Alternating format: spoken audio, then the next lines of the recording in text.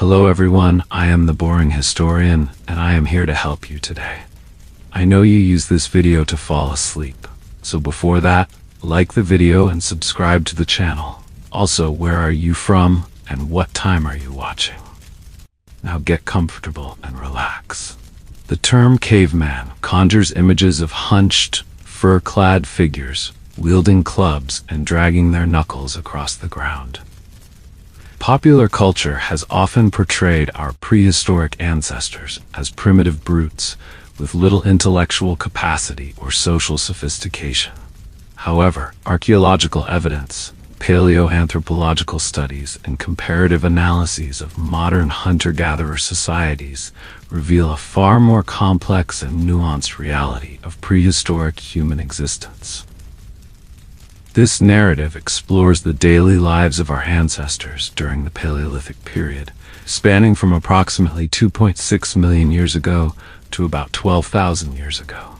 This vast time frame saw the evolution of multiple hominin species, including Homo habilis, Homo erectus, Homo neanderthalensis, and eventually Homo sapiens, anatomically modern humans like ourselves. Throughout this period, our ancestors developed increasingly sophisticated technologies, social structures, and cultural practices that allowed them to survive and thrive in diverse environments across the globe. It's important to note that these prehistoric people rarely lived in caves permanently.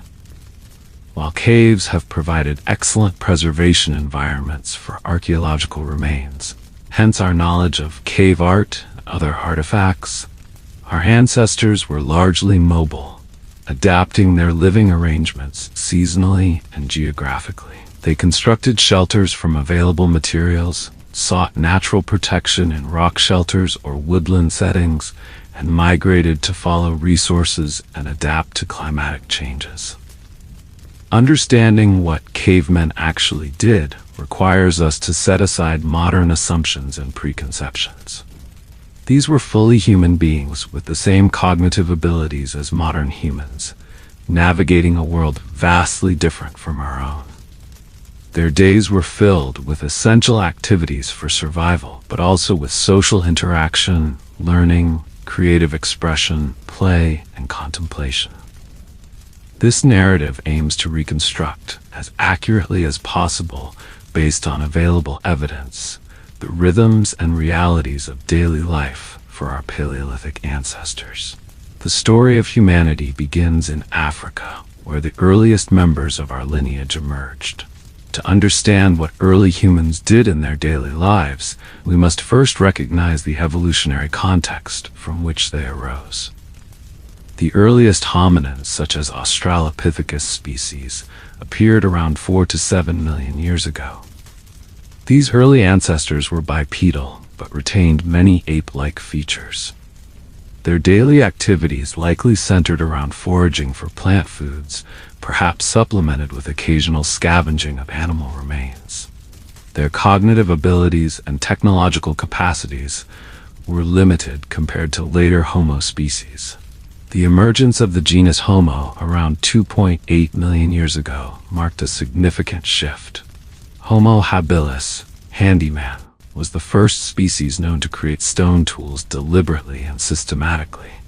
These earliest tools, part of the Oldowan industry, were simple but effective. Stone cobbles knapped to create sharp edges for cutting meat, breaking bones to access nutritious marrow, and processing plant materials.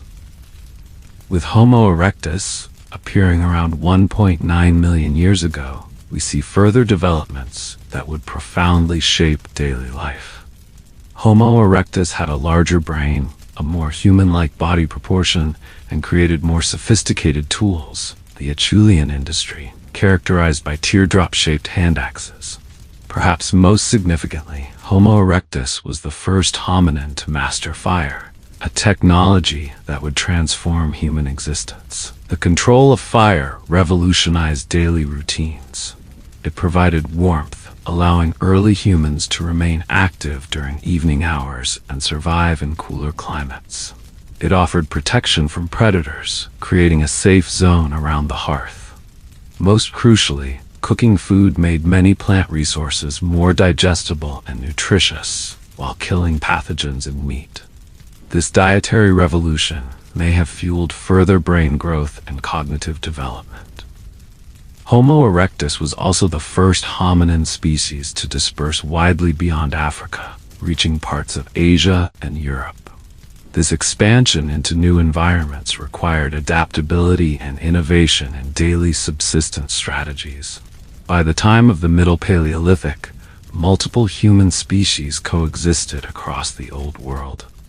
Homo neanderthalensis in Europe and Western Asia developed sophisticated hunting techniques and tool technologies. They created specialized implements for different tasks, manufactured adhesives to haft stone points to wooden shafts, and engaged in symbolic behaviors including burial of their dead. Meanwhile, in Africa, Homo sapiens evolved around 300,000 years ago, though the fully modern anatomical form appeared closer to 200,000 years ago. Early Homo sapiens continued many of the behavioral patterns established by earlier hominins, but gradually developed more complex technologies, social structures, and symbolic expressions. The daily activities of these various human species shared common elements dictated by the necessities of survival in a pre-agricultural world. However, each adapted their daily routines to specific environmental contexts and developed unique cultural solutions to life's challenges. The story of what cavemen did all day is thus not a single narrative, but multiple interwoven stories of different human species and cultures across vast spans of time and geography. Unlike modern humans with rigid schedules dictated by clocks and calendars, Paleolithic people lived according to natural rhythms, the rising and setting of the sun, the changing of seasons, and the movements of animal populations. Their daily patterns were intimately connected to their environment, requiring flexibility and adaptability rather than adherence to fixed routines. The day typically began at dawn. Rising with the sun was practical. It maximized daylight hours for essential activities and avoided the dangers that darkness brought in a world without artificial lighting. Early morning hours might be spent rekindling fires, sharing food left from the previous day, and planning the day's activities. For hunter-gatherer groups, no 2 days were identical. Decisions about daily activities depended on multiple factors: immediate food needs, seasonal opportunities for harvesting particular plant foods or intercepting migrating animals, weather conditions, and information gathered about resource availability through scouting and communication with neighboring groups. The rhythm of activity likely varied seasonally. During summer months with long daylight hours, work might be divided into morning and late afternoon evening sessions, with a period of rest during the hottest part of the day. In winter, with shorter days, activities would be concentrated in the available daylight hours, with evenings spent around fires inside shelters. Weather dramatically impacted daily schedules. Heavy rain or snow might confine group members to their shelters, where they would focus on maintenance tasks like repairing tools and clothing, processing previously collected foods, or engaging in social activities like storytelling or teaching children. Clear weather created opportunities for hunting expeditions, gathering trips, or relocating camp. The allocation of time to different activities varied based on immediate circumstances. When food was abundant, such as after a successful large game hunt, or during a season when particular plant foods were plentiful, people might dedicate more time to processing and preserving food resources. During leaner times, more hours would be spent actively searching for food. Group movements followed both seasonal patterns and immediate needs. Many hunter-gatherer societies practiced seasonal migration. moving between established territories to exploit different resources as they became available throughout the year. These movements might follow animal migrations, ripening cycles of important plant foods, or weather patterns. Relocating camp was a significant undertaking that required coordinated effort from all able group members. Within this flexible framework, certain activities formed the backbone of daily life. Food acquisition, tool maintenance and creation, shelter maintenance, social interaction, childcare, and knowledge transmission. The specific balance among these activities would shift based on circumstances, but all were essential components of Paleolithic existence. The day would typically wind down with the setting sun. Evenings around the fire provided crucial time for social bonding, information sharing, storytelling, and planning. These communal evening gatherings likely played a vital role in maintaining group cohesion and transmitting cultural knowledge across generations. While this general pattern of life was common across Paleolithic societies, it's important to recognize that as humans spread across diverse environments, from tropical rainforests to Arctic tundra, they developed highly specialized daily routines adapted to local conditions. The daily rhythm of an Upper Paleolithic mammoth hunter in Ice Age Europe would differ significantly from that of a contemporaneous human living along the coast of southern Africa. Contrary to popular depictions that emphasize male hunting of large game, Paleolithic subsistence strategies were diverse, flexible, and typically involved all members of the community in food acquisition.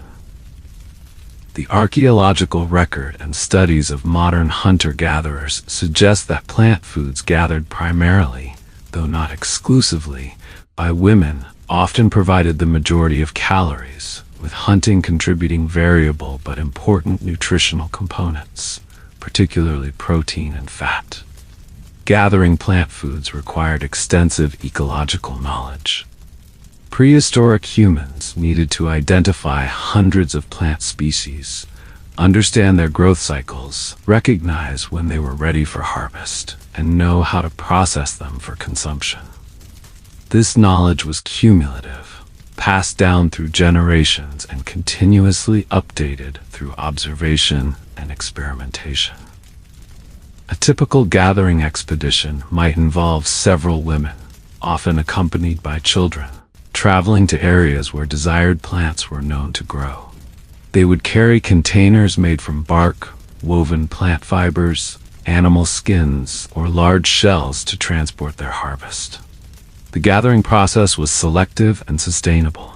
Experienced gatherers knew to leave enough plants to ensure future harvests.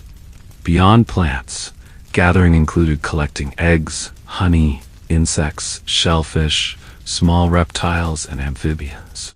These protein sources were often more reliably obtained than those from hunting larger animals.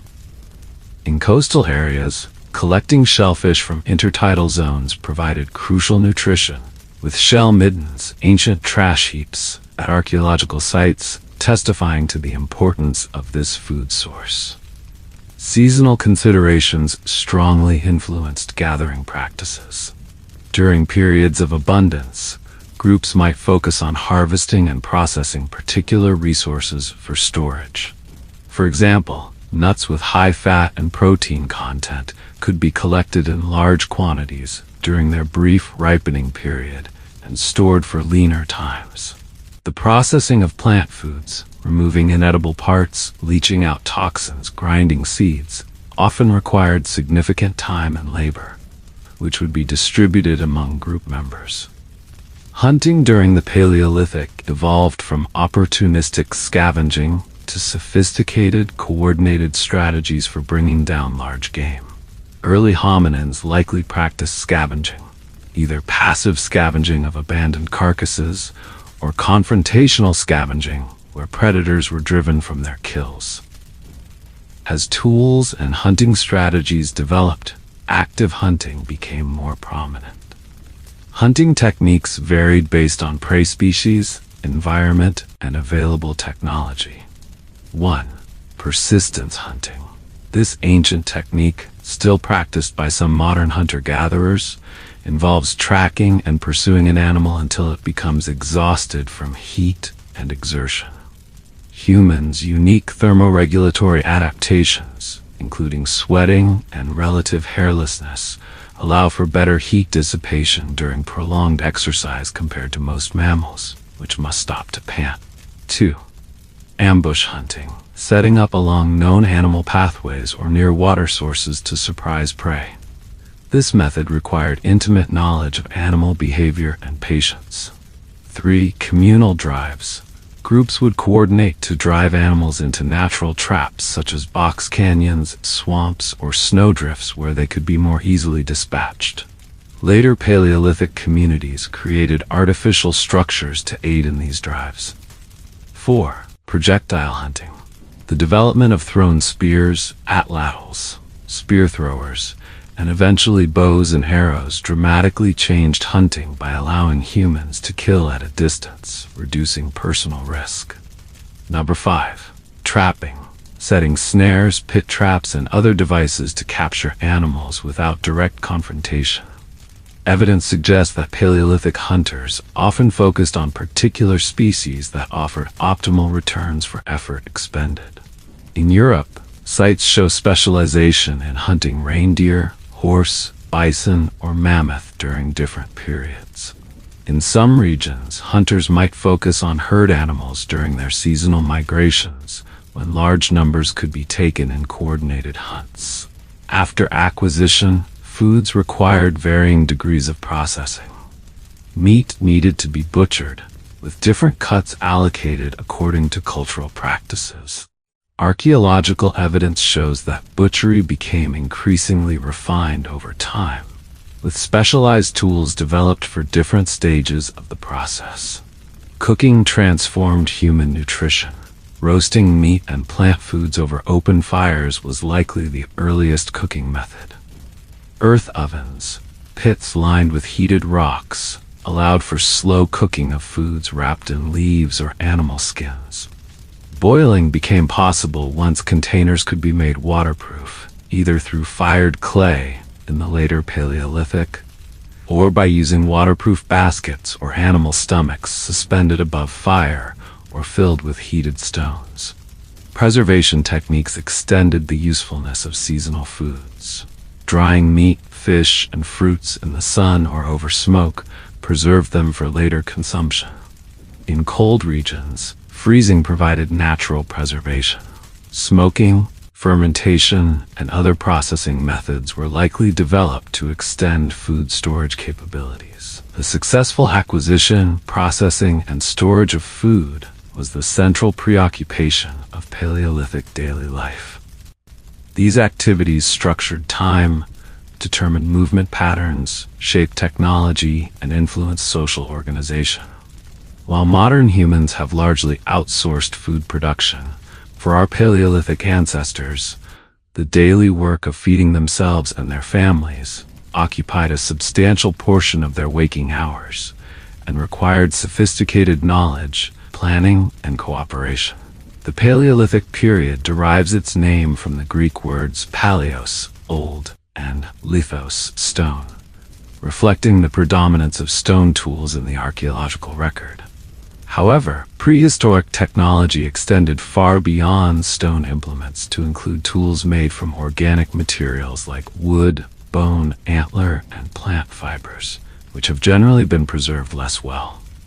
The evolution of stone tool technologies reveals increasing cognitive sophistication and manual dexterity throughout the Paleolithic. 1. Oldowan industry, 2.6 to 1.7 million years ago. The earliest stone tool tradition, associated with Homo habilis and early Homo erectus. These simple tools were created by striking stone cobbles with hammerstone to create sharp-edged flakes and choppers. Despite their simplicity, they required understanding of stone fracture mechanics and suitable raw materials. 2. Acheulean industry, 1.7,300,000 years ago, characterized by bifacial hand axes, teardrop-shaped tools worked on both sides to create versatile cutting implements. These required greater planning and precision to manufacture and demonstrate increased cognitive abilities in their makers, primarily Homo erectus and later archaic humans. 3. Middle Paleolithic Mousterian industry, 300,000 to 30,000 years ago. Associated with Neanderthals and contemporaneous Homo sapiens, this tradition utilized the levallois technique, a sophisticated method of preparing a stone core to produce predictably shaped flakes. These flakes were further worked into scrapers, points, and other specialized tools. Number 4. Upper Paleolithic industries, 50,000 to 12,000 years ago. Anatomically modern humans developed diverse regional tool traditions characterized by blade technology, striking long, parallel-sided flakes from carefully prepared cores. This efficient use of raw material allowed for the creation of more tools from the same amount of stone. Specialized implements proliferated, including barons for engraving, awls for piercing, and various hunting weapons. The creation of stone tools was a skilled process that required apprenticeship and practice. Knappers needed to select appropriate materials. Not all stone types fracture predictably. High-quality materials like flint, chert, and obsidian were often transported considerable distances or obtained through trade networks, indicating their value. The manufacturing process itself combined strength, precision, and planning. Knappers would prepare a core, remove flakes or blades through percussive or pressure techniques, and then refine these blanks into finished tools through secondary working. Evidence suggests that some skilled individuals specialized in tool production, creating implements not just for personal use but for others in their group. While stone tools dominate the archaeological record due to their preservation, tools made from organic materials were likely more numerous and diverse in prehistoric toolkits. 1. Wooden tools. Spears, digging sticks, clubs, throwing sticks, containers, and handles for composite tools. The 400,000-year-old Schöningen spears, preserved in waterlogged conditions in Germany, demonstrate the sophisticated woodworking capabilities of Middle Paleolithic humans. 2. Bone and antler tools. These materials could be carved, ground, and polished into needles, awls, harpoons, spear points, and artistic objects. The Upper Paleolithic saw an explosion in worked bone and antler technologies. 3. Fiber technologies. Plant fibers could be twisted into cordage for binding, netting, and weaving. While few examples survive, impressions of woven textiles on clay and indirect evidence suggest sophisticated fiber work by at least 30,000 years ago. 4. Adhesives and composites. Neanderthals and Homo sapiens created adhesives from birch bark, pitch, and other materials to haft stone tools to wooden handles, creating more effective composite tools. The daily maintenance, repair, and creation of tools occupied significant time. Tool-making was not just utilitarian, but often incorporated aesthetic elements and cultural preferences that differed between groups, serving as markers of identity. Fire management represented a crucial technological mastery that transformed daily life. The earliest definitive evidence for controlled use of fire dates to around 400,000 years ago, though some contested evidence suggests even earlier use. Creating and maintaining fire required specific knowledge and tools. Early humans likely initially harvested fire from natural sources like lightning strikes or volcanic activity before developing methods to produce it. Fire-making techniques probably included friction methods such as fire drills or fire plows, and percussion methods, striking pyrite against flint to create sparks. Once created, maintaining fire became a daily responsibility. Archaeological sites show evidence of hearths, deliberately constructed fire features that served as focal points for camp activities. Different types of fuel produce different burning characteristics, and prehistoric people would have selected materials based on intended use, whether for warmth, cooking, hardening wooden tools, or generating smoke for preserving food. As humans moved into colder climates, technologies for creating clothing and shelter became essential for survival. The invention of bone needles with eyes around 40,000 years ago revolutionized clothing manufacture, allowing for the creation of fitted garments from animal hides. Before this, clothing was likely more basic, draped or tied skins and furs. The preparation of hides was a complex, multi-stage process involving scraping, washing, smoking, and other treatments to transform stiff, raw hides into supple, durable leather. This work was time-consuming but essential for creating clothing, containers, shelter coverings, and other necessities. Shelter construction varied based on environment, available materials, and mobility patterns. Options included: 1. Natural shelters. Caves and rock overhangs provided ready-made protection where available. 2. Temporary structures. Mobile groups constructed simple shelters from branches, hides, or other available materials. Number 3. Semi-permanent dwellings. In locations where groups stayed for longer periods, more substantial structures were built. These included mammoth bone houses found in Eastern Europe, pit houses dug partially into the ground for insulation, and tent-like structures supported by poles. Technological innovation was continuous throughout the Paleolithic, with solutions to survival challenges becoming increasingly sophisticated over time. The daily activities of maintaining, creating, and refining these technologies would have occupied significant portions of each day, involving both specialized knowledge and collaborative effort. The notion of prehistoric people exclusively inhabiting caves is a persistent misconception. While natural caves and rock shelters were certainly utilized where available, they represent only one of many shelter solutions employed by Paleolithic humans. The archaeological record reveals a diverse range of dwelling types adapted to different environments, seasons, and mobility patterns. Caves and rock shelters. These natural formations offered ready-made protection from the elements and predators. However, suitable caves were not universally available, and those that did exist were often occupied seasonally rather than year-round. Cave entrances, rather than deep interiors, were the preferred living spaces, offering access to light and ventilation while minimizing smoke accumulation from hearths.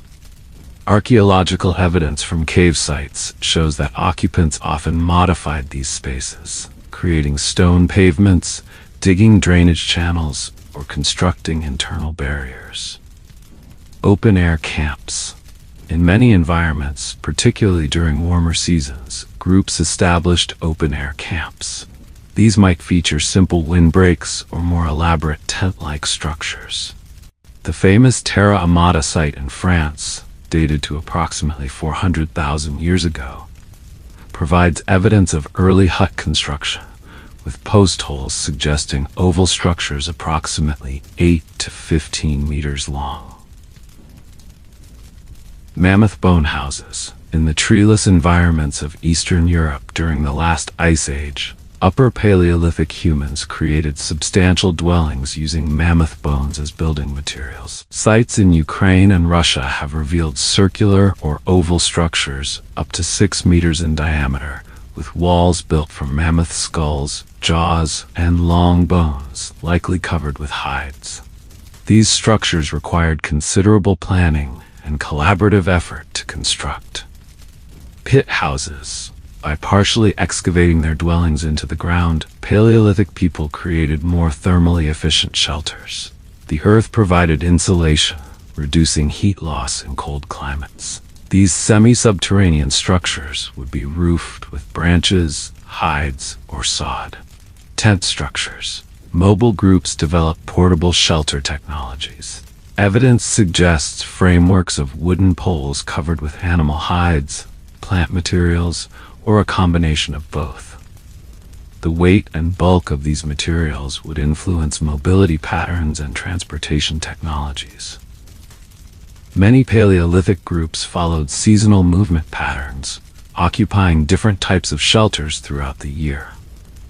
Winter settlements were often more substantial and located in protected areas, while summer encampments might be more temporary and dispersed.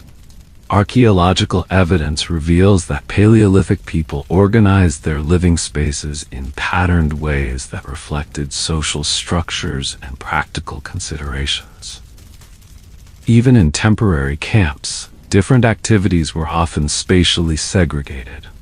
Hearth-centered organization. Fire features typically formed the focal point of domestic space.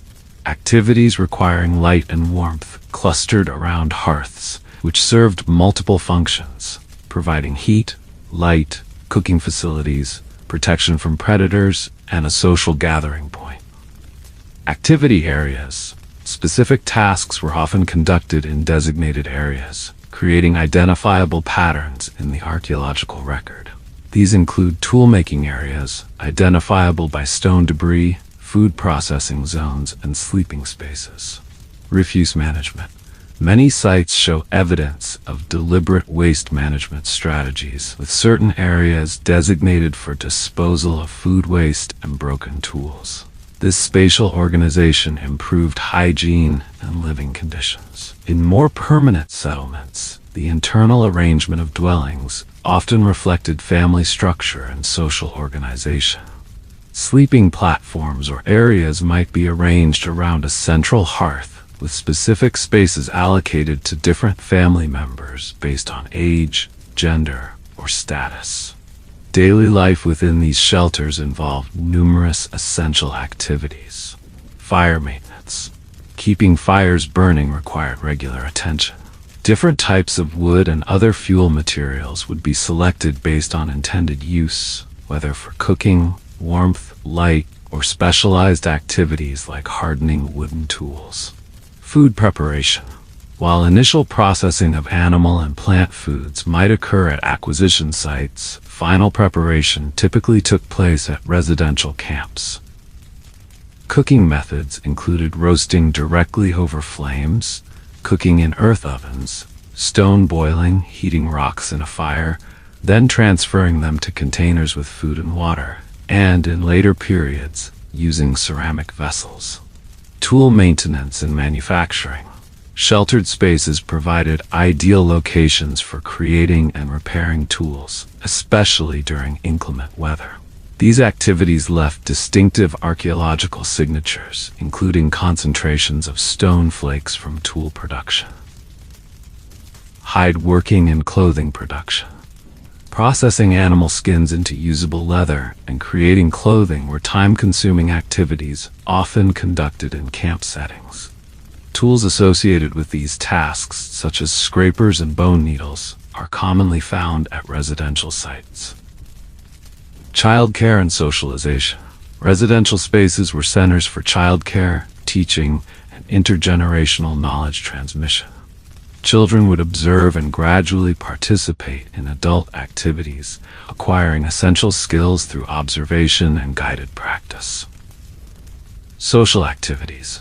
Evening hours around the hearth likely featured storytelling, music, ritual activities, and planning discussions. These activities left few direct archaeological traces, but were crucial for maintaining group cohesion and cultural continuity. The rhythm of domestic life would vary seasonally and based on resource availability. During periods of abundance, more time might be spent processing and preserving foods for future use. During scarce periods, daily activities would focus more intently on immediate subsistence needs. Archaeological evidence from numerous sites indicates that Paleolithic people invested considerable effort in creating comfortable living environments within the constraints of their technology and mobility requirements. Far from the primitive stereotype, Their domestic arrangements reveal sophisticated understanding of environmental challenges and practical solutions developed over generations. Paleolithic societies were far from the stereotypical every man for himself portrayals sometimes depicted in popular culture. Archaeological evidence and anthropological comparisons with modern hunter-gatherer groups suggest complex social organizations based on kinship, reciprocity, and shared cultural values. Paleolithic social groups typically operated at several scales. The band, the primary social unit consisting of approximately 20 to 30 individuals, roughly 5 to 8 families. This represented the day-to-day living group with whom most interactions occurred. Band composition was fluid, with individuals or families occasionally moving between bands, but a core group of related individuals provided stability. The regional group tribe, a wider social network of approximately 100 to 500 individuals who shared language, cultural practices, and marriage networks. While not living together continuously, these extended groups would gather periodically for social events, ceremonies, and collaborative activities like large game hunts. Cultural sphere, the broadest level of social identification, encompassing groups that shared similar material culture, artistic traditions, and technological approaches across large geographical areas. Archaeological evidence of similar tool styles and artistic motifs across regions suggests these broader cultural connections. Group composition was typically based on kinship ties, though not exclusively. Both biological relationships and culturally constructed kinship, through adoption, marriage, or alliance, structured social interactions. Most hunter-gatherer societies practice exogamy, the custom of marrying outside one's immediate group, which creates alliance networks between bands and facilitates resource sharing and mutual aid during difficult times. Paleolithic societies likely exhibited what anthropologists term egalitarian social organization, characterized by relative equality in resource access. While temporary inequalities might exist based on hunting success or gathering productivity, mechanisms existed for sharing and redistribution that prevented long-term concentration of resources. Flexible, non-hereditary leadership. Rather than permanent chiefs, leadership was typically situational and based on relevant skills and experience for particular activities. Different individuals might lead hunting expeditions, conflict resolution, ritual activities, or other specialized tasks based on recognized competence. Consensus-based decision-making. Major decisions affecting the group were likely made through discussion and consensus rather than top-down authority. Influential individuals could sway opinions, but outright coercion was limited by the ability of families to leave and join other bands if dissatisfied. Prestige based on contribution. Social standing derived primarily from contributions to group welfare through generosity, skill and subsistence activities, and other valued qualities, rather than accumulated wealth or inherited status.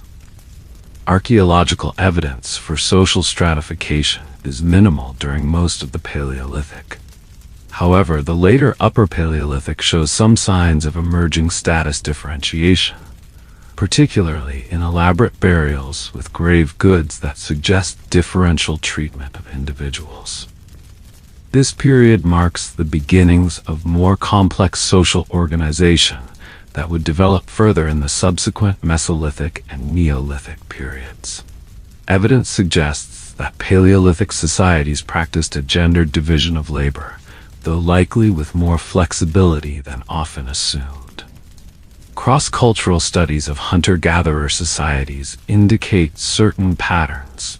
Women typically focused on gathering plant foods, collecting small animals and shellfish, processing hides, manufacturing clothing, maintaining fires, and childcare. These activities often allowed for simultaneous childcare and provided reliable daily contributions to group subsistence. Men typically engaged more in hunting larger game, traveling longer distances, manufacturing hunting tools, and territorial defense. These activities were often less predictable in outcome, but could provide substantial resources when successful.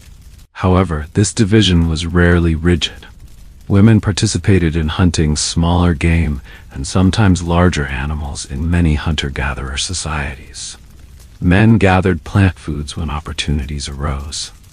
The specific allocation of tasks varied based on individual abilities, seasonal needs, and cultural traditions.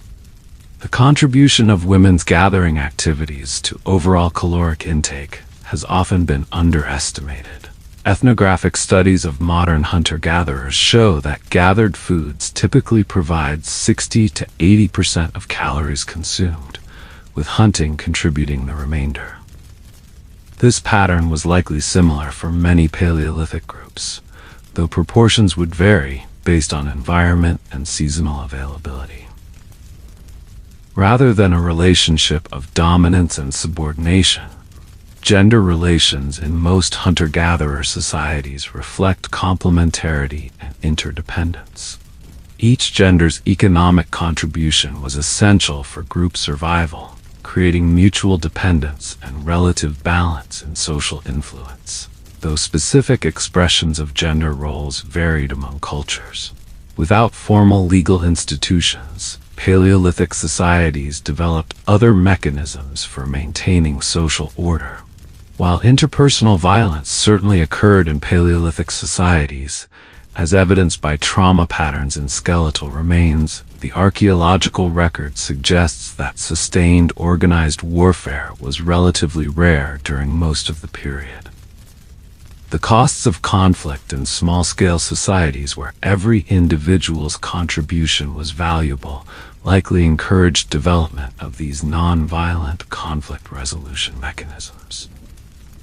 Archaeological evidence of children's activities appears in the form of small footprints preserved in cave mud, miniature tools that may represent practice pieces, and finger flutings, marks made by dragging fingers through soft clay, at heights corresponding to children's reach in decorated caves. The social fabric of Paleolithic communities provided the essential framework within which individuals navigated daily life. These social structures, while leaving less visible archaeological evidence than stone tools or hearths, were as crucial to survival as any technological innovation, creating systems of cooperation, knowledge sharing, and mutual support that allowed humans to thrive in diverse and challenging environments. Though language leaves no direct archaeological traces, understanding the evolution of human communication is crucial for reconstructing Paleolithic daily life. Language shaped how people coordinated activities, transmitted knowledge, maintained social bonds, and made sense of their world. The precise timing and nature of language evolution remains debated, but several lines of evidence provide insights. Fossil remains show that by around 100,000 years ago, modern humans possessed the anatomical structures necessary for speech: a descended larynx, appropriate tongue mobility, and neural control. Neanderthals also appear to have had these capabilities, based on hyoid bone morphology and genetic evidence. Certain behaviors preserved in the archaeological record suggest symbolic thinking and complex communication. Long-distance transport of materials, indicating planning and communication about resource locations. Complex multi-step technologies requiring instruction and shared terminology.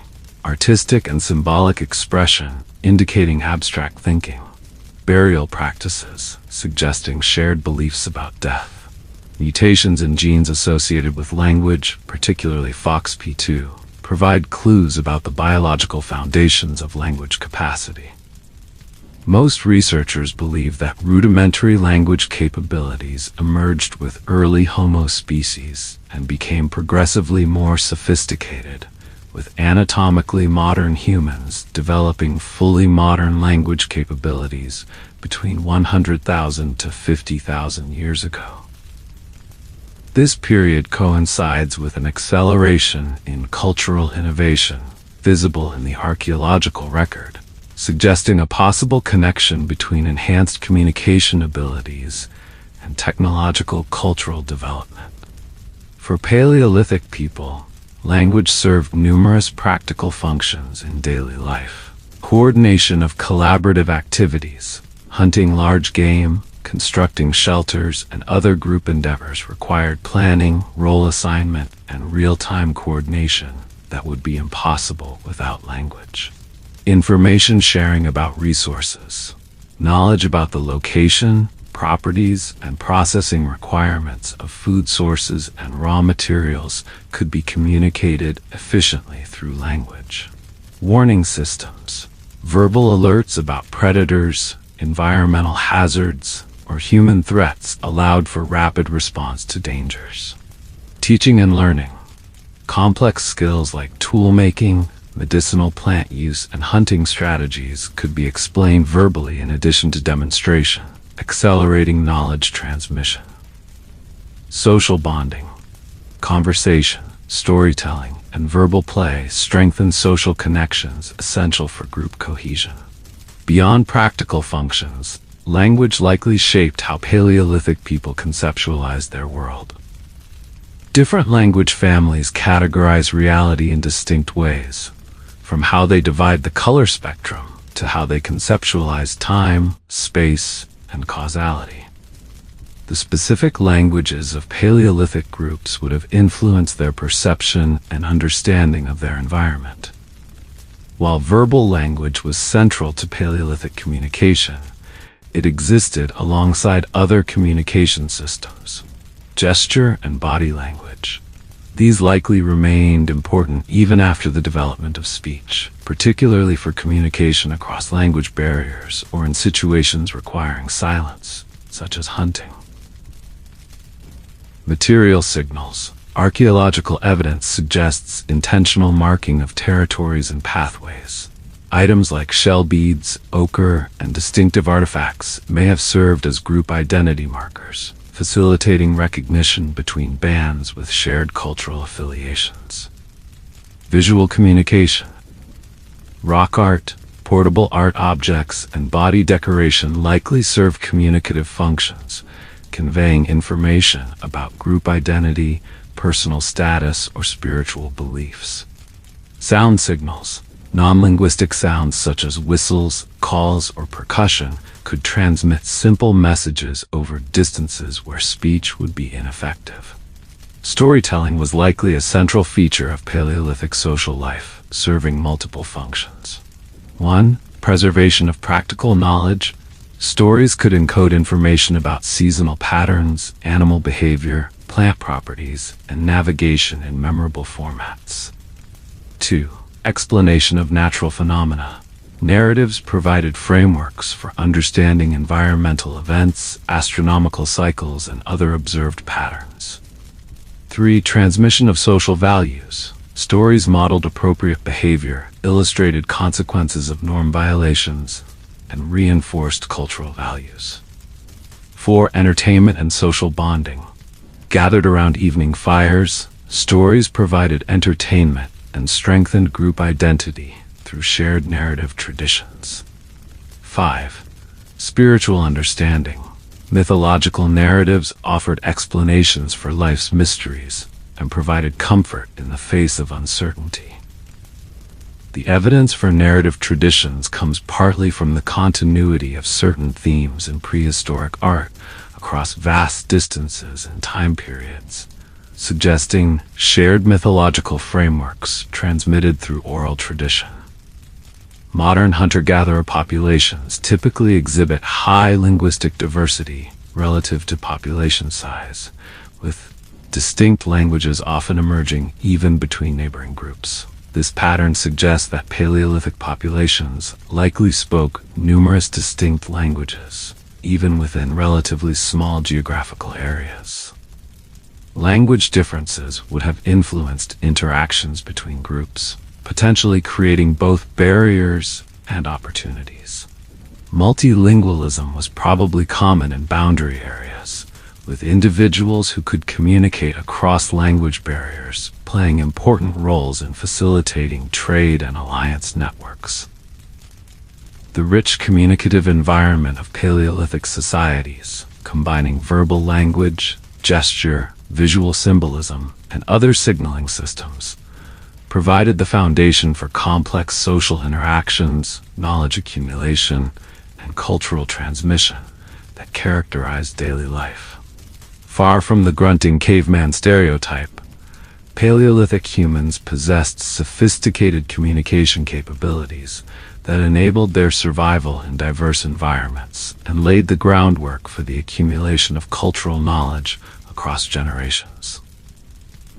Art, symbolism, and cultural expression continued. One of the most compelling windows into Paleolithic life comes through the artistic and symbolic expressions preserved in the archaeological record.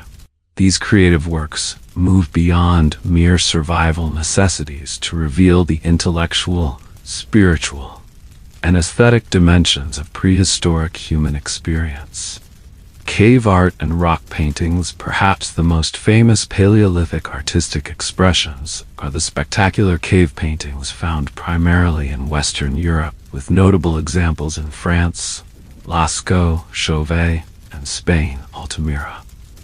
Dating from approximately 40,000 to 12,000 years ago, these paintings demonstrate sophisticated artistic techniques, including preparation of pigments, grinding minerals like ochre, manganese, and charcoal, then mixing with binding agents to create durable paints, use of natural contours, incorporating the three-dimensional surface features of cave walls to enhance the sense of volume in animal depictions. Sophisticated composition, creating dynamic scenes with multiple figures in relationship.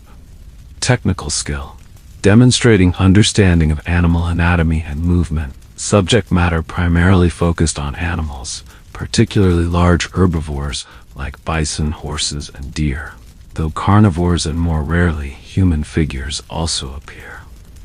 Abstract signs, including dots, lines, and geometric shapes, frequently accompany the figurative imagery, possibly representing symbolic notation systems. The creation of cave art was not a casual activity. Many decorated caves are difficult to access, requiring navigation through narrow passages to reach deep chambers.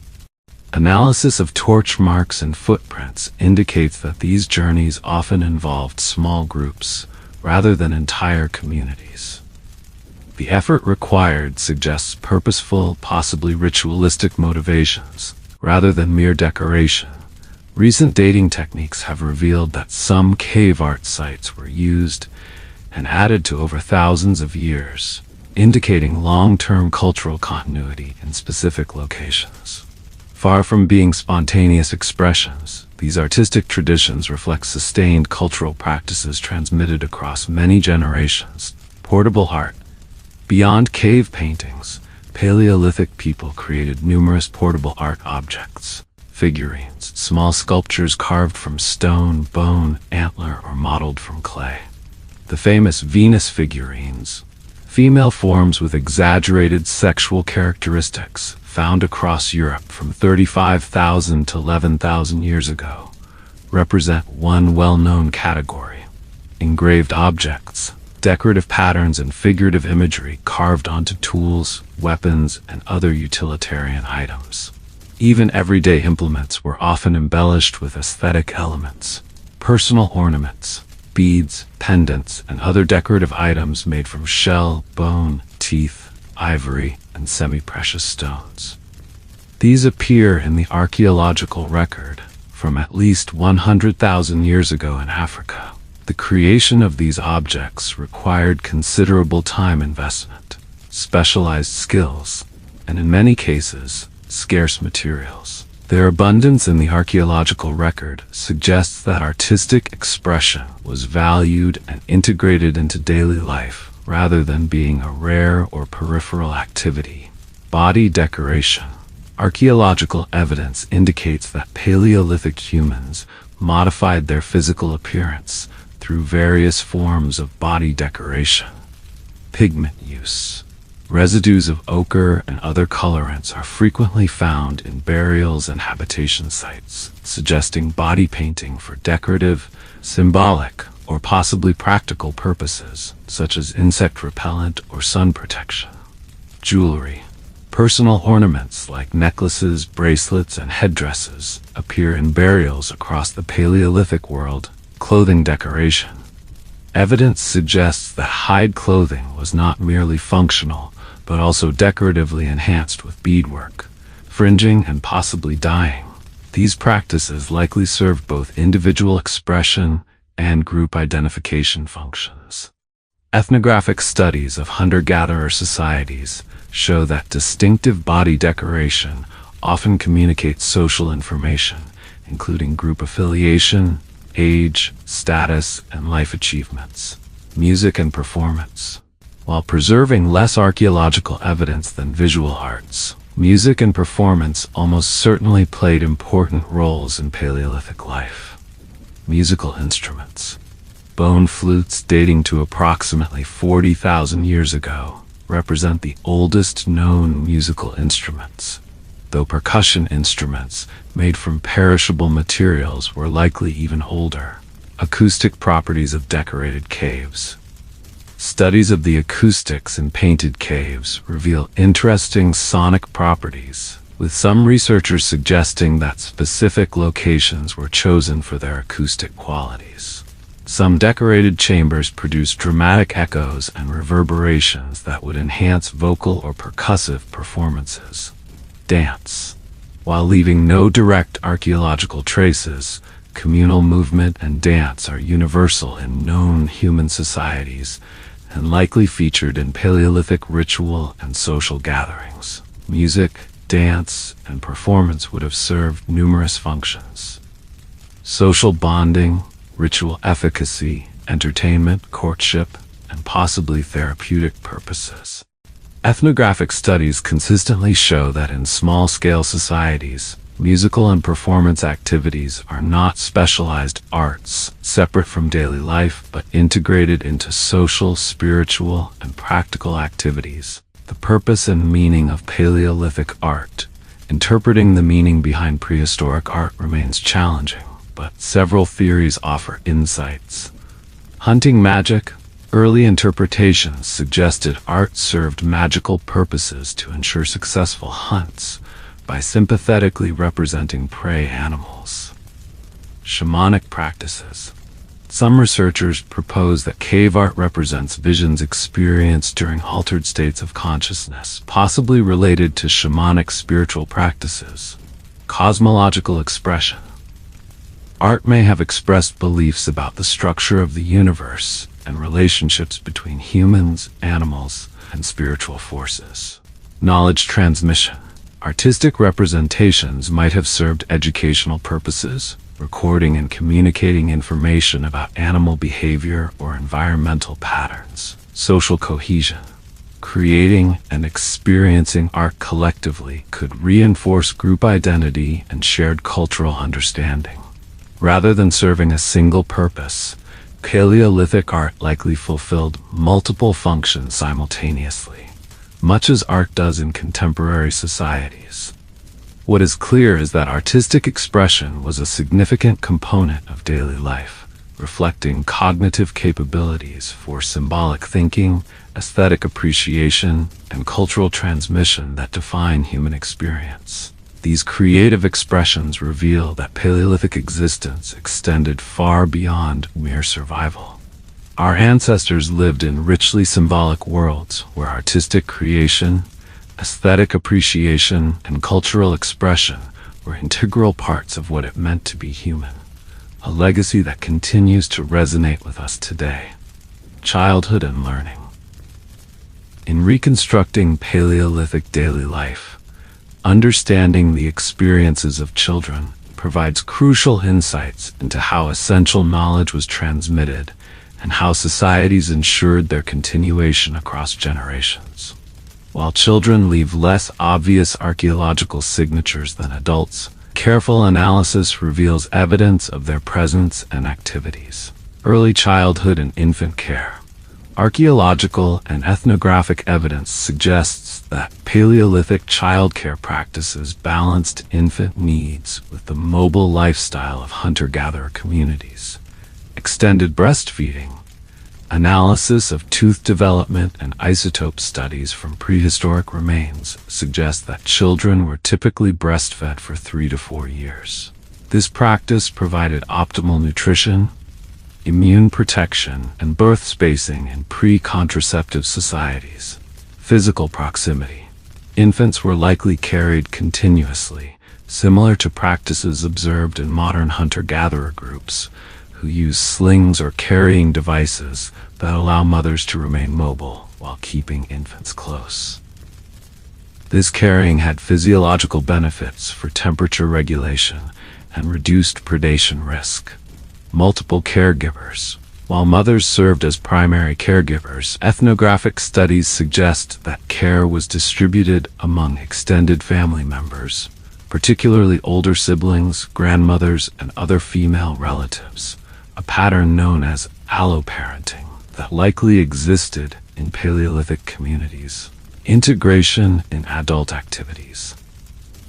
Rather than being separated in designated child spaces, infants and young children would have been present during adult activities, absorbing cultural knowledge through observation from the earliest age. Infant mortality was significantly higher than in modern societies, with estimates suggesting that 30 to 50% of children did not survive to age 5. This demographic reality would have profoundly shaped family dynamics and emotional experiences. Though evidence of careful burial practices for children indicates deep emotional attachment and cultural value placed on young lives. Learning through play and exploration. For Paleolithic children who survived infancy, childhood was characterized by progressive integration into the subsistence activities of the group. Play as preparation. Archaeological evidence of miniature tools, small footprints alongside adult prints, and child-sized handprints in cave art suggests that children engaged in playful imitation of adult activities. This play served serious developmental purposes, building physical skills and cultural knowledge needed for adult roles. Exploration and environmental learning.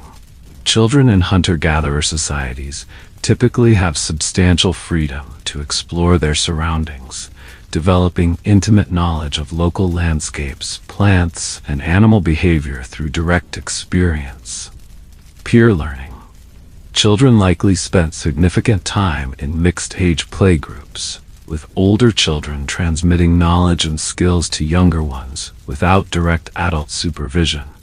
Natural consequences. Learning often occurred through experiencing the natural outcomes of actions rather than formal instruction or punishment. This experiential learning built problem-solving abilities and independence. The archaeological record occasionally preserves touching glimpses of children's presence. Tiny footprints preserved in cave mud, finger flutings, marks made by dragging fingers through soft clay, at heights corresponding to children's reach in decorated caves, and small handprints in cave paintings suggest that children were present even in specialized ritual or artistic contexts. Formal instruction and skills acquisition. As children mature, more structured learning would supplement experiential knowledge. Apprenticeship. Complex skills like flint knapping, bow making, or hide processing required systematic instruction.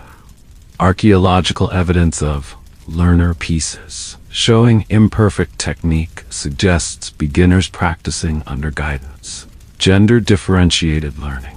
As children approached adolescence, their education likely became more gender specific, with boys increasingly accompanying men on hunting expeditions and girls learning plant gathering, food processing, and other traditionally female skills from women. Specialized knowledge. Certain domains, such as medicinal plant use, ritual knowledge, or navigation, might be taught by specific knowledgeable individuals rather than parents alone. Cultural transmission through narrative. Storytelling provided a powerful vehicle for transmitting not just practical knowledge, but social values, historical memory, and spiritual understanding. The rhythm of a child's day would have been less structured than in agricultural or industrial societies, with learning embedded in daily activities rather than separated as formal education. Seasonal variations would expose children to the full range of subsistence activities throughout the year. Building comprehensive environmental knowledge. Transition to adulthood. Archaeological and ethnographic evidence suggests that the transition to adult status was often marked by formal rites of passage, initiation ceremonies. Many hunter-gatherer societies conduct formal initiations, particularly for boys, marking the transition to adult status. Some cave art may relate to such initiation practices. Skill demonstration. Achieving recognition as an adult often required demonstrating proficiency in gender-appropriate skills. Successful hunting for young men, plant knowledge and processing skills for young women. Marriage and reproduction. Full adult status typically coincided with marriage and parenthood, occurring earlier than in modern industrial societies, often in the mid-teens for females and slightly later for males.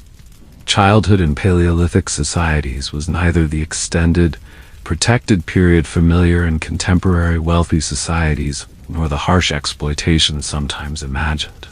Instead, it represented a gradual apprenticeship in the skills needed for survival and social participation, balancing play and freedom with increasing responsibility as children matured.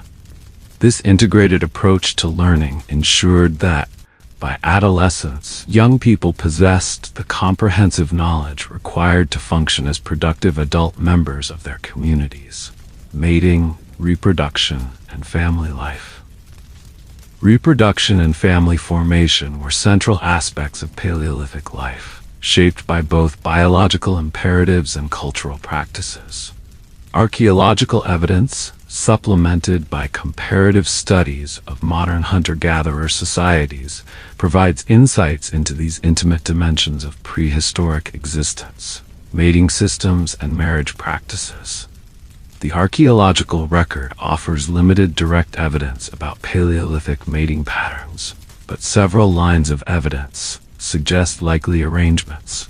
Sexual dimorphism.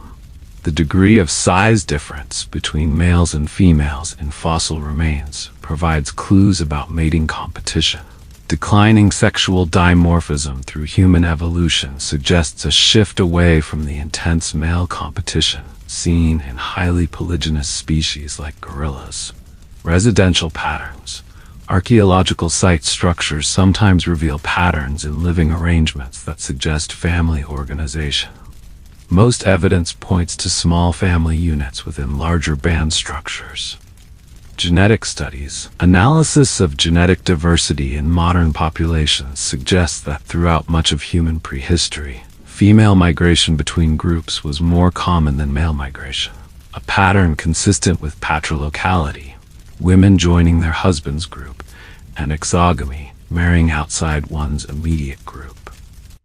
Based on this evidence, and cross-cultural patterns in hunter-gatherer societies, researchers suggest that most Paleolithic groups likely practiced serial monogamy, primary pair bonds that could dissolve and reform rather than lifetime partnerships. Limited polygyny. Some men, particularly successful hunters or influential individuals, might have multiple wives simultaneously, though this was probably not the dominant pattern. Exogamy. Marriage partners were typically sought from different bands within the same broader cultural group, creating alliance networks that facilitated resource sharing and conflict resolution. Marriage arrangements likely involved social negotiations between families, rather than purely individual choice, though personal preference probably played a role. Gift exchange and bride service. The prospective husband working for the bride's family for a period may have been common practices based on ethnographic parallels. Reproduction and birth. Paleolithic women likely experienced different reproductive patterns than women in agricultural or industrial societies. Later monarch. Due to leaner diets and higher activity levels, first menstruation probably occurred later, perhaps around age 15 to 16, rather than the earlier onset common today. Fewer lifetime pregnancies. The combination of extended breastfeeding, which suppresses ovulation, and high energy expenditure from mobile lifestyles naturally spaced births, typically 3 to 4 years apart. High maternal and infant mortality. Childbirth carried significant risks, with complications that would be manageable today often proving fatal. Archaeological evidence shows that many women's skeletal remains bear markers of childbirth-related trauma. Childbirth practices likely varied culturally, but would have involved experienced women assisting the mother. Some archaeological evidence suggests specialized birthing locations. The placenta and umbilical cord may have held ritual significance, as they do in many traditional societies. Newborns would be immediately incorporated into the social group, though high infant mortality meant that emotional investment might intensify gradually as survival became more likely. Archaeological evidence of elaborate child burials indicates that even very young children were valued members of their communities. Family structure and kinship. The basic family unit in Paleolithic societies likely consisted of mother, father, and dependent children, but this nuclear family was embedded within larger kinship networks that provided crucial support. Extended family connections. Multiple related nuclear families likely traveled and camped together, creating bands connected by kinship ties. Alloparenting. Childcare responsibilities were distributed among various relatives, with grandmothers playing particularly important roles in child survival by providing additional food and care. Flexible membership. Family groups likely had somewhat fluid boundaries, incorporating non-biological members through adoption, marriage, and alliance formation. Genetic relatedness was probably recognized primarily through the maternal line, where connections are visibly obvious, but cultural kinship systems likely extended beyond biological relationships to create broader networks of mutual obligation and support. The organization of daily activities often followed family lines, with related individuals cooperating in food acquisition, shelter construction, and other essential tasks. However, cooperation extended beyond family units to encompass the entire band, particularly for larger undertakings like communal hunts or seasonal migrations. Intergenerational relationships. The age structure of Paleolithic populations differed from modern societies, with fewer people surviving to advanced age, but those who did holding important social positions. Elders as knowledge repositories. In societies without written records, older individuals served as living libraries, preserving crucial information about rare events like droughts, medicinal knowledge, and historical relationships between groups. Grandparenting. Archaeological evidence and evolutionary theory suggest that post-reproductive individuals, particularly grandmothers, contributed significantly to their grandchildren's survival chances through food provision and childcare assistance. Authority based on experience. Respected elders likely played important roles in decision-making and conflict resolution. Their influence derived from demonstrated wisdom rather than formal authority. The relatively short average lifespan, 30 to 40 years, resulted not from universal early death, but from high mortality at certain vulnerable points: infancy, childhood, and for women, childbearing years. Individuals who survived these dangerous periods could often live into their 60s or beyond. though they would represent a smaller proportion of the population than in modern societies. Family relationships provided the fundamental structure within which Paleolithic individuals experienced daily life. These bonds ensured that resources were shared, knowledge was transmitted across generations, and individuals received care during vulnerable periods. The emotional dimensions of these relationships, attachment, love, grief, jealousy, would have been recognizably similar to those experienced in families today, forming a thread of continuity across vast spans of time and cultural change. Health, medicine, and mortality. Paleolithic humans faced health challenges quite different from those prevalent in modern societies. Without understanding germ theory or having access to pharmaceuticals, they nevertheless developed sophisticated approaches to maintaining health and treating illness and injury. Health status and disease patterns. The archaeological record, particularly skeletal remains, provides evidence about the health status of Paleolithic populations. Infectious disease patterns. Prior to dense agricultural settlements, epidemic diseases that require large host populations, like smallpox, measles, and cholera, were rare or absent. However, parasitic infections, zoonotic diseases, transmitted from animals to humans, and localized infections were common. Nutritional status, isotope studies, and skeletal indicators suggest that when environments were productive, most hunter-gatherers enjoyed adequate nutrition with greater dietary diversity than early agricultural populations. However, seasonal food scarcity and occasional famines created periods of significant nutritional stress. Dental health. Compared to agricultural populations, hunter-gatherers typically show less dental caries, cavities, due to lower consumption of sticky carbohydrates. However, tooth wear from abrasive diets and using teeth as tools was substantial. Physical activity markers. Skeletal remains show pronounced muscle attachment sites and bone density patterns consistent with high levels of physical activity beginning in childhood. This activity level contributed to overall cardiovascular health, but also led to joint degeneration with age. Traumatic injuries. Fractures, particularly of the ribs, arms, and skull, appear frequently in Paleolithic remains, reflecting the physical risks of hunting large animals, navigating difficult terrain, and occasional violent encounters. Overall, the bioarchaeological evidence suggests that many aspects of the hunter-gatherer lifestyle promoted good health. Regular exercise, diverse nutrition, and smaller social groups that limited infectious disease transmission.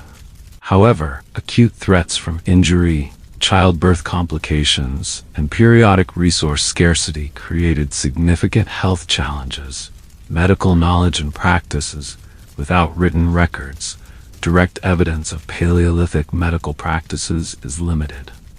However, several sources provide insights. Paleopathological evidence. Healed fractures indicate knowledge of bone setting and immobilization techniques. Some skulls show evidence of trepanation, cutting holes in the cranium, a practice that some individuals survived, as shown by bone regrowth around the edges of the opening. Ethnographic parallels. Studies of modern hunter-gatherer medical systems reveal sophisticated botanical knowledge, with plants categorized according to their medicinal properties. Similar knowledge likely existed in Paleolithic societies. Archaeological evidence. Certain plant remains at archaeological sites have medicinal rather than nutritional properties, suggesting intentional collection for healing purposes. Paleolithic medical practices likely combined empirical treatments with spiritual, ritual elements. Botanical remedies. Plant-based medicines included analgesics, pain relievers, anti-inflammatories, antimicrobials, digestive aids, and treatments for specific conditions. The discovery of medicinal plants was likely achieved through observation, experimentation, and knowledge accumulated over generations. Physical therapies. Techniques probably included massage, heat and cold treatments, bone setting, and wound care. Surgical interventions. Limited evidence suggests basic surgical procedures including wound suturing, using sinew, hair, or plant fibers, and possibly trepanation for treating head injuries or neurological conditions. Spiritual healing. Ritual specialists, shamans, or similar practitioners likely combined physical treatments with spiritual interventions believed to address supernatural causes of illness. Cave art depicting therianthropic figures, part human, part animal, may represent such healers in ceremonial contexts. The efficacy of these approaches would vary. Some plant-based treatments likely had genuine pharmacological effects. Many modern medications derive from compounds first identified in traditional medicine. Other practices may have operated primarily through psychological mechanisms or placebo effects, which can significantly impact recovery, mortality patterns, and responses to death. Demographic patterns in Paleolithic populations differed significantly from modern populations. Life expectancy. Average life expectancy at birth was approximately 30 to 40 years, primarily due to high infant and child mortality. However, individuals who survived to adulthood could often live into their 50s or 60s. Mortality peaks. Death rates were highest during infancy, early childhood, and for women, during childbearing years. Those surviving these vulnerable periods might live relatively long lives by pre-modern standards. Causes of death. Common causes likely included traumatic injuries, acute infections, childbirth complications, and periodic food shortages. Violence contributed to mortality, but was not a dominant factor in most populations. Archaeological evidence reveals that Paleolithic humans developed cultural responses to death that suggest complex emotional and spiritual understanding. Intentional burial. From at least 100,000 years ago, both Neanderthals and Homo sapiens deliberately buried their dead, often with careful preparation of the body and inclusion of grave goods. Mortuary ritual. Some burials show evidence of complex funerary practices, including use of ochre, red iron oxide to cover bodies, specific body positioning, and inclusion of ornaments or tools with the deceased. Memorial practices. Certain archaeological sites suggest continued interaction with the dead, including secondary burial, reburial of bones after decomposition, and possible ancestor veneration. These practices indicate that Paleolithic people experienced grief and sought to make meaning of death through cultural frameworks that provided emotional solace and maintained connections with deceased community members. Care for the vulnerable. Archaeological evidence challenges the notion that prehistoric societies abandoned those unable to contribute economically. Survival with disability. Skeletal remains show individuals who survived serious injuries or congenital conditions that would have limited their economic productivity, indicating community support. Long-term care. The famous Old Man of La Chapelle-aux-Saints Neanderthal specimen lived to an advanced age despite losing most of his teeth and suffering from debilitating arthritis, suggesting he received care from his community. Adaptive technology. Evidence of modified tools suggests accommodation of individual physical limitations, allowing those with disabilities to remain productive community members. This archaeological evidence of care for injured, disabled, or elderly individuals reveals that Paleolithic social groups valued members beyond their immediate economic contribution, a practice that anthropologists term compassionate care and recognize as a deeply rooted human characteristic. The health challenges faced by Paleolithic humans required innovative responses combining empirical knowledge with cultural meaning systems. While lacking modern medical understanding, our ancestors developed effective strategies for addressing many health issues, and created social systems that provided care during periods of vulnerability. Approaches that helped ensure both individual and group survival in challenging environments. Environmental adaptation and migration. One of the most remarkable achievements of Paleolithic humans was their successful adaptation to an extraordinary range of environments. From tropical rainforests to Arctic tundra, our ancestors developed specialized knowledge and technologies that allowed them to thrive in diverse ecological settings. Environmental knowledge and resource management. Daily life in Paleolithic societies required intimate understanding of local environments. Seasonal knowledge. Hunter-gatherers developed detailed mental calendars tracking the availability of plant and animal resources throughout the year. These phenological observations guided movement patterns and resource exploitation strategies. Weather prediction. Recognizing subtle environmental cues that forecast weather changes was crucial for planning hunting expeditions, travel, and shelter preparation. Microhabitat awareness. Successful foraging required understanding how resources varied across landscapes, which slopes provided certain plants earliest, where particular animals were likely to be found in different seasons, and how resources responded to environmental fluctuations. This knowledge was not merely passive observation, but active management. Controlled burning. Archaeological and ethnographic evidence suggests that many hunter-gatherer groups used fire to modify landscapes, promoting the growth of preferred plant species, creating better grazing for game animals, and improving visibility for hunting. Selective harvesting. Gathering practices often incorporated conservation principles, such as leaving some tubers for regrowth, or harvesting in ways that promoted future abundance. Resource rotation. Many groups practiced intentional rotation between resource areas, allowing depleted zones to recover before returning. While sometimes romanticized as living in perfect harmony with nature, the relationship was more complex. Archaeological evidence indicates that Paleolithic humans sometimes contributed to species extinctions, particularly when first entering new environments. However, groups that survived long-term in specific environments typically developed sustainable practices through experience and cultural adaptation.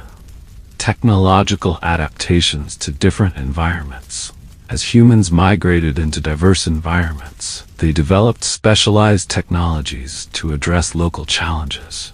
Arctic adaptations. People living in far northern environments created sophisticated technologies including tailored clothing from furs and hides, often using waterproof seams, snow goggles to prevent snow blindness, specialized hunting equipment for taking marine mammals, semi-subterranean dwellings that conserved heat. Desert adaptations. In arid environments, technologies focused on water acquisition and conservation. Water storage containers from gourds or animal bladders, knowledge of water indicator plants and hidden water sources. Techniques for extracting moisture from plants and animals. Shelter designs that maximized shade. Tropical rainforest adaptations. Dense forest environments required different approaches. Specialized tools for accessing canopy resources. Techniques for processing toxic plants to make them edible. Methods for navigating in environments with limited visibility. Adaptations to high humidity and rainfall. Coastal adaptations. Shoreline environments offered rich but specialized resources. Watercraft for fishing and transportation. Fishing technologies including nets, traps, and hooks. Methods for preserving marine resources through drying and smoking. Tools specialized for shellfish collection and processing. These technological adaptations were not static, but continuously refined through experimentation and knowledge exchange between groups. Evidence of trade items found far from their sources indicates that even widely separated Paleolithic communities maintained networks that facilitated transmission of innovations, mobility patterns, and migration. Movement was a fundamental aspect of Paleolithic life, occurring at several scales. Daily foraging radius. Most food acquisition occurred within a day's walk of a temporary camp, typically covering a radius of 5 to 10 kilometers. Residential moves. Entire camps relocated periodically when local resources became depleted or seasonal opportunities emerged elsewhere. The frequency varied from dozens of moves annually in some environments to just a few in more resource-rich settings. Seasonal migration circuits. Many groups followed established annual routes, moving between known resource areas as foods became available in different seasons. These patterns created a form of seasonal sedentism, with groups often returning to the same locations during particular seasons, year after year. Generational range expansion. Over longer time frames, groups gradually expanded their territories, a process eventually leading to the colonization of most of Earth's habitable environments. The archaeological record documents the remarkable expansion of human populations from their African origins to virtually every habitable environment on Earth. This process occurred in phases. Initial dispersal from Africa, beginning around 1.8 million years ago with Homo erectus, with subsequent waves including Neanderthals, Denisovans, and eventually Homo sapiens. Colonization of Australia by at least 65,000 years ago, requiring maritime technology to cross substantial water barriers. Expansion into northeastern Siberia and the Arctic by approximately 30,000 years ago, demonstrating sophisticated cold weather adaptations. Entry into the Americas by at least 16,000 years ago, with some evidence suggesting earlier dates, either along the Pacific coastline or through an ice-free corridor in central North America. Settlement of remote Pacific islands. The final phase of prehistoric human expansion, occurring beyond the Paleolithic period. This global expansion demonstrates remarkable adaptability. Each new environment presented novel challenges requiring technological innovation, knowledge acquisition, and cultural adjustment. A process of adaptation playing out in the daily activities of countless generations of human groups. Responses to environmental change. Throughout the Paleolithic, humans faced significant environmental fluctuations, particularly during the Pleistocene ice ages with their cycles of glacial advance and retreat. Archaeological evidence reveals various adaptive responses. Range shifts. Groups migrated to track preferred environmental conditions as climate changed, moving toward or away from advancing ice sheets. Technological innovation. Environmental challenges spurred the development of new tools and techniques, such as more efficient hunting technologies during periods when resources were stressed. Dietary breadth expansion. During challenging periods, groups often broadened their resource base to include previously ignored foods, as evidenced by changes in faunal and floral remains at archaeological sites. Intensification. When mobility was constrained, groups sometimes intensified exploitation of local resources through more labor-intensive processing methods. Social network expansion. Trade and alliance networks often expanded during stress periods, creating mutual aid systems that helped buffer local resource fluctuations. These adaptive capacities enabled human survival through dramatic environmental changes, including the last glacial maximum around 20,000 years ago when ice sheets covered much of northern Europe and North America. The daily activities of Paleolithic people during these challenging periods included not just immediate subsistence tasks, but also maintaining social connections that provided crucial support during environmental stress. The environmental adaptations of Paleolithic humans represent one of the most successful evolutionary strategies in Earth's history. Through technological innovation, knowledge accumulation, and social cooperation, our ancestors were able to thrive in environments ranging from tropical rainforests to Arctic tundra, a testament to the power of cultural adaptation that continues to define human existence today. Spiritual life and ritual practices. While the material dimensions of Paleolithic life leave clear archaeological signatures, substantial evidence indicates that spiritual beliefs and ritual practices were integral aspects of daily existence. Understanding these non-material dimensions provides crucial insights into how our ancestors made meaning of their world. Evidence for spiritual beliefs. Several lines of archaeological evidence suggest complex belief systems among Paleolithic people. Intentional burial. The deliberate interment of the dead, often with grave goods and special treatment of the body, indicates beliefs about an afterlife or proper treatment of the deceased. Such practices appear in both Neanderthal and Homo sapiens contexts by at least 100,000 years ago. Cave art in difficult-to-access locations. Many decorated caves feature artwork in remote chambers requiring difficult journeys to reach, suggesting these were not casual artistic expressions, but locations for significant ritual activities. Figurative art with non-naturalistic elements. Therianthropic figures combining human and animal features appear in cave paintings and figurines, possibly representing spiritual beings or transformed states of consciousness. Recurring symbols. Abstract markings appear repeatedly across vast distances and time periods, suggesting shared symbolic systems that may have had spiritual significance. Special treatment of animal remains. Some archaeological sites show evidence of ritualized handling of particular animal parts, especially bear skulls in some European cave sites, suggesting ceremonial practices related to hunting. While we cannot reconstruct specific Paleolithic belief systems with certainty, comparative studies of hunter-gatherer spirituality suggest some likely features. Animism. The belief that animals, plants, landscape features, and even weather phenomena possess consciousness, intentionality, and spiritual power. Shamanic practices.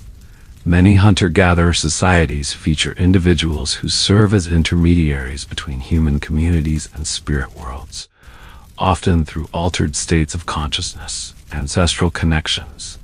Relationships with deceased community members likely continued through various commemorative practices and beliefs about their continued influence. Mythological frameworks. Narrative systems explaining cosmic origins, human-animal relationships, and proper social behavior were likely transmitted orally across generations. These belief systems would not have been separate, religious domains distinct from daily life, but integrated frameworks that provided meaning and guidance for all aspects of existence. Ritual specialists and altered states of consciousness. Archaeological and ethnographic evidence suggests that some individuals in Paleolithic societies specialized in spiritual knowledge and ritual practices. Distinctive burials. Some graves show unusual treatment, with more elaborate grave goods or special positioning, possibly indicating individuals with particular social or spiritual roles.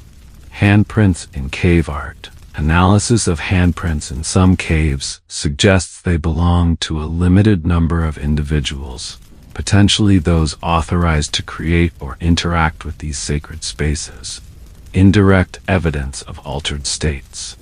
Some cave art motifs resemble entoptic phenomena, visual effects experienced during altered consciousness states, suggesting ritualized trance experiences.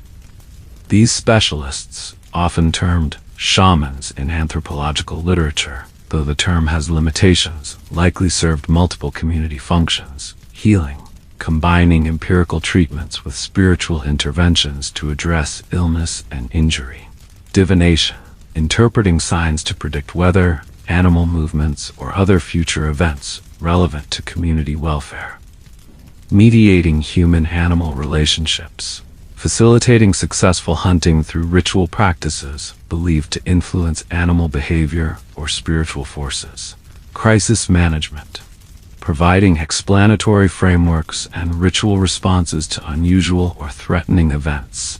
Altered states of consciousness may have been achieved through various means, including rhythmic activities. Sustained dancing, drumming, or chanting can induce trance states, as documented in many traditional societies. Sensory deprivation. Deep caves provide natural environments for sensory alteration through darkness, silence, and disorientation. Plant substances. While direct archaeological evidence is limited, many hunter-gatherer societies utilize psychoactive plants in ritual contexts. Physiological methods. Fasting, sleep deprivation, pain endurance, or hyperventilation can induce altered consciousness. These practices were not mere superstition, but sophisticated psychological technologies that help communities manage uncertainty, build social cohesion, and transmit cultural knowledge. Communal rituals and ceremonies. Beyond individual spiritual experiences, archaeological evidence suggests communal ritual gatherings, large cave chambers with art. Some decorated caves contain large chambers that could accommodate groups, with evidence of hearths and sometimes acoustic properties that would enhance ritual performances. Monumental constructions. Toward the end of the Paleolithic, some groups created substantial structures that required collective effort, such as the mammoth bone dwellings in Eastern Europe, which may have served ceremonial as well as practical purposes. Aggregation sites. Archaeological evidence shows locations where normally dispersed bands periodically gathered in larger numbers, likely for both social and ceremonial purposes. Communal rituals likely served multiple functions. Life cycle ceremonies, marking transitions such as birth, puberty, marriage, and death. Seasonal observances, celebrating or marking significant points in the annual cycle, such as solstices, animal migrations, or harvest periods. Social integration, reinforcing group identity and resolving tensions through shared emotional experiences. Knowledge transmission, encoding practical information about environment and social expectations in memorable ceremonial forms. The timing of these gatherings would likely coincide with periods of resource abundance that could support larger groups. These occasions probably combine practical activities, trade, mate selection, information exchange, with ceremonial dimensions, much as seasonal gatherings do in contemporary hunter-gatherer societies. Sacred landscapes and cosmology. For Paleolithic people, the physical landscape was simultaneously a practical resource and a spiritual geography. Sacred sites, certain locations, distinctive rock formations, caves, mountain peaks, springs, were likely imbued with spiritual significance associated with particular ritual practices. Landscape navigation. Movement through terrain may have followed not just practical considerations, but cosmological principles, with travel routes incorporating locations of spiritual importance. Celestial observation. Evidence suggests Paleolithic people tracked celestial movements, potentially incorporating this knowledge into spiritual frameworks and ritual timing. The spiritual understanding of landscape likely provided both practical benefits, encoding geographical knowledge in memorable forms, and psychological advantages, creating a sense of belonging and meaning within the environment. The archaeological record indicates that spiritual beliefs and practices were not peripheral aspects of Paleolithic life, but central components of how people understood their world and their place within it. These belief systems shape daily decisions, social interactions, and the experience of the landscape. Far from representing a primitive stage of human development, Paleolithic spirituality reflected sophisticated engagement with fundamental human questions about meaning, purpose, and relationship with the more than human world. Questions that continue to animate human cultures today: leisure and recreation. While survival demands dominated Paleolithic time budgets, ethnographic studies of modern hunter-gatherers suggest they typically worked fewer hours to meet basic needs than people in agricultural or industrial societies. This created time for various leisure activities that, while leaving fewer archaeological traces than subsistence technologies, were nonetheless important components of daily life. The concept of leisure in prehistoric context, the modern distinction between work and leisure, would have been largely foreign to Paleolithic people. Activities blended practical and pleasurable aspects with social interaction and skill development integrated into subsistence tasks. Nevertheless, evidence suggests time specifically devoted to activities whose primary purpose was enjoyment, relaxation, or entertainment. Studies of contemporary hunter-gatherer societies indicate that adults typically spend 3 to 5 hours daily on direct subsistence activities, with additional time for tool maintenance, food processing, and other practical tasks. This leaves substantial time for rest, socializing, and recreational activities, particularly during seasons of resource abundance. For Paleolithic groups, leisure time would have varied seasonally and geographically. Seasonal abundance periods. When key resources were plentiful and easily acquired, more time would be available for non-subsistence activities. Weather constraints. Inclement weather that limited hunting or gathering created indoor periods when craft activities, storytelling, and games would flourish. Geographic variations. Groups in resource-rich environments typically worked fewer hours than those in marginal settings, creating different leisure opportunities. The concept of time off would have been understood differently, with activities flowing based on immediate needs, opportunities, and environmental conditions rather than rigid schedules. Games and play.